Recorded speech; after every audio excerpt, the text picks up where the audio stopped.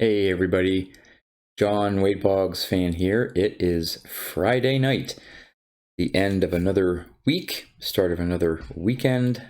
Love Friday nights. Um, anyway, today's video is a bit of a mail day and a bit of a trip down memory lane, and I'll explain more when I turn the camera around.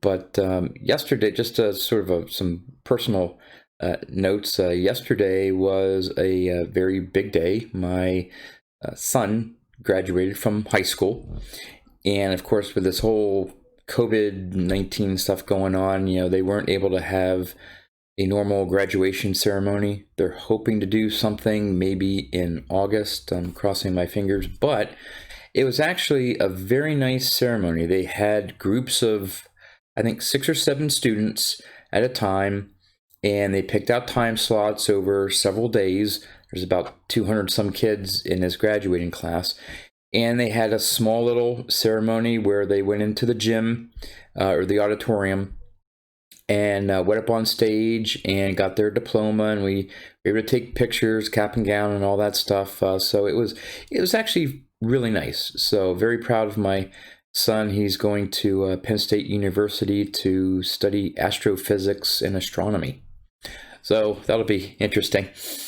Anyway, that's the first thing. The second thing is our area here in central Pennsylvania is starting to open up for businesses, and finally, for the first time in, I think, since early March, I have an appointment to cut my hair. Oh goodness, about 3 weeks ago I had to do it myself because it was getting bad, and it's getting bad again. So I'm thankful that tomorrow I have a haircut appointment. So anyway, again, I'm going to turn the camera around. Just a couple Boggs cards, a couple graded cards for my Hall of Fame collection, vintage collection. And like I said, something that I found, I was looking for some cards for a video that I want to do, an upcoming video. So I was looking through some cards, non-Boggs, and happened to come across this, and it just brought back a lot of memories from when I first started collecting cards. So we're talking about this, I think, is from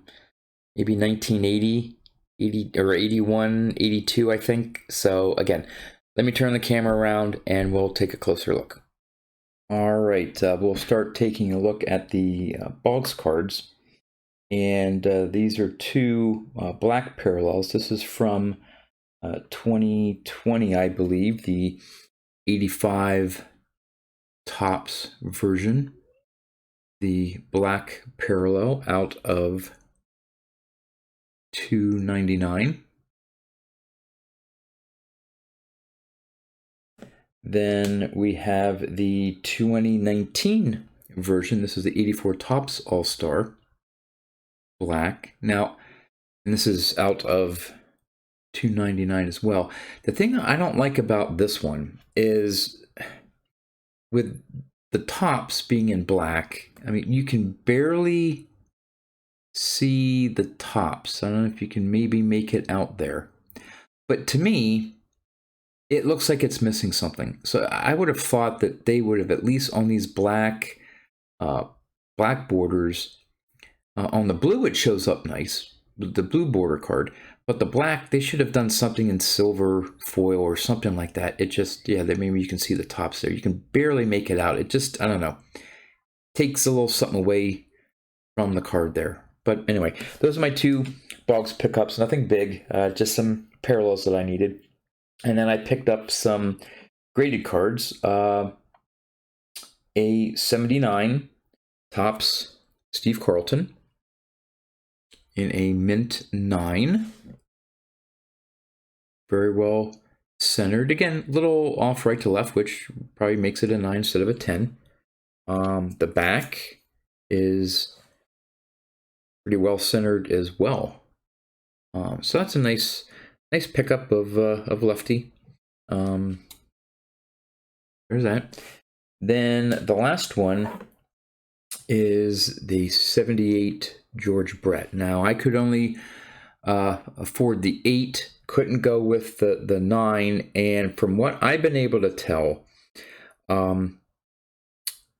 The Bretts seem to suffer a lot from printing flaws, not so much the centering issues. If you notice right up there near that yellow border, there's sort of like a smudge or a line through it that the ink didn't quite get.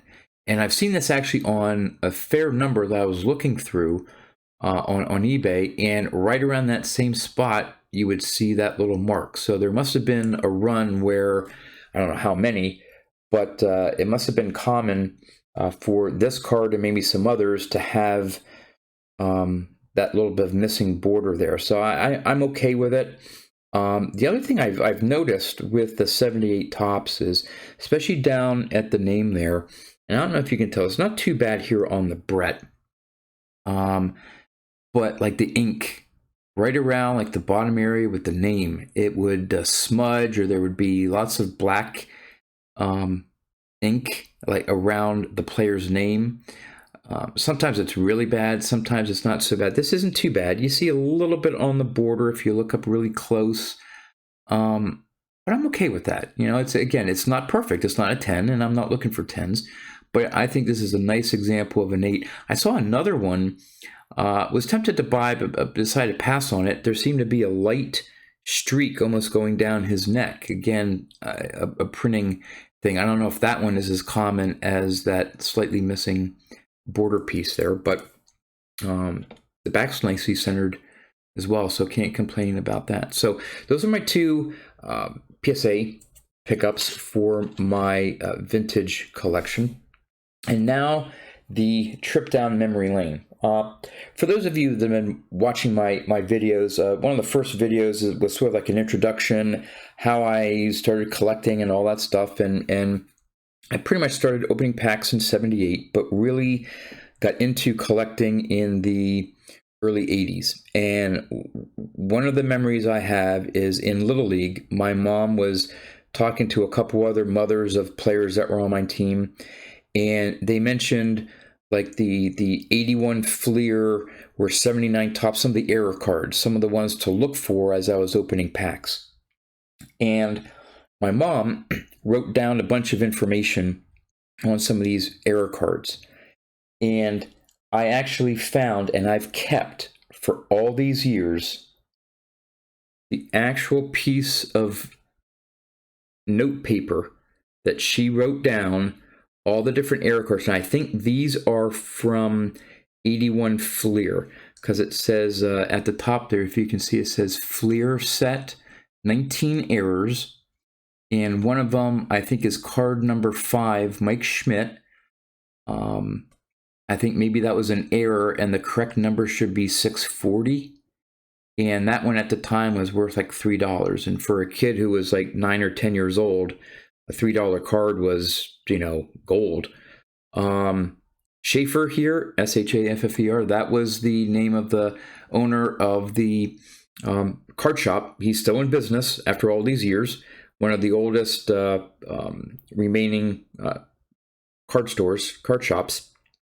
And the Queen there is, I think he lived on Queen Street in my hometown.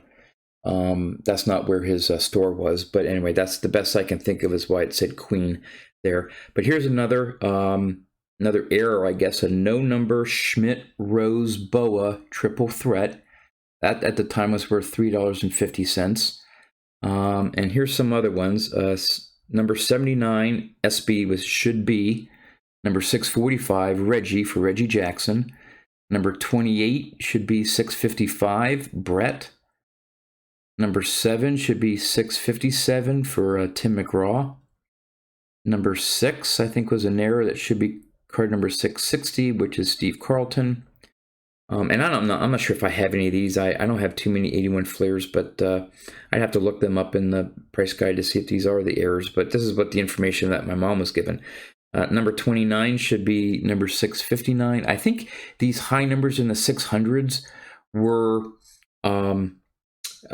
not inserts, but like parallel cards, like an all-star card or some special card. It wasn't their main card, but I'm thinking that they must have maybe printed their normal card number for those other ones. So number 29 should be 659 for Willie Wilson. Number 32 should be number 483 for Amos Otis.